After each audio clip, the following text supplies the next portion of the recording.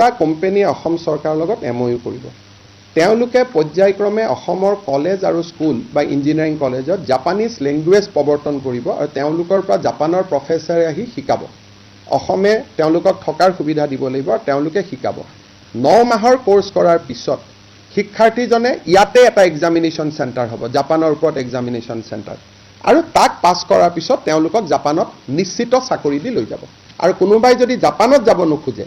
ভাৰতত যিবিলাক জাপানী কোম্পানী আহিছে সেই জাপানী কোম্পানীবিলাকত চাকৰি দিব কোনোবাই যদি বোলে মই ফ্যামিলি বা মই কিবা কাৰণত ভিসা নাপালো পাছপোৰ্ট নাপালো so there will be two options either they will be able to work in the Japanese company in India or Southeast Asia কোনোবা ভুটানত আছে কোনোবা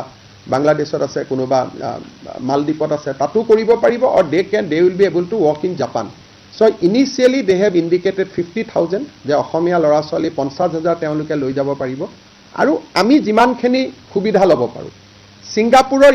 ইন্টাৰেষ্ট হৈছে নাৰ্ছিঙত তেওঁলোকে অসমৰ BSc নাৰ্ছিং চৰকাৰী যিকেইখন কলেজ আছে সেই BSc নাৰ্ছিং কলেজ কেইখনত তেওঁলোকে ইংলিছ কোৰ্সটো ইন্ট্ৰোডিউস কৰিব তেওঁলোকৰ এটা সিলেবাস থাকিব সিলেবাসটো আমি কৰিম আৰু এমবেচিয়ে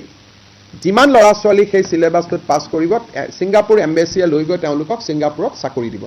অসমৰ পৰা 17 গৰাকী ছোৱালীক আমি পৰীক্ষামূলকভাৱে পঠাইছিলো মই আগত আপোনালোকক এইবোৰ কোৱা নাছিলো সৰু সৰুকৈ মই যোৱা 3.5 বছৰত এইবোৰ ইনিচিয়েটিভ লৈ আছিলো এইবাৰ মই যেতিয়ালৈকে ছোৱালীকেজনীক লগ নাপাম মোৰ মনত বিশ্বাস নাছিলে মই 17 গৰাকী ছোৱালীকে লগ পাইছো 2 গৰাকী মেঘালয় নাগালেণ্ডৰো আছে কিন্তু গুৱাহাটীৰ চেণ্টাৰতে তেওঁলোক পাস কৰা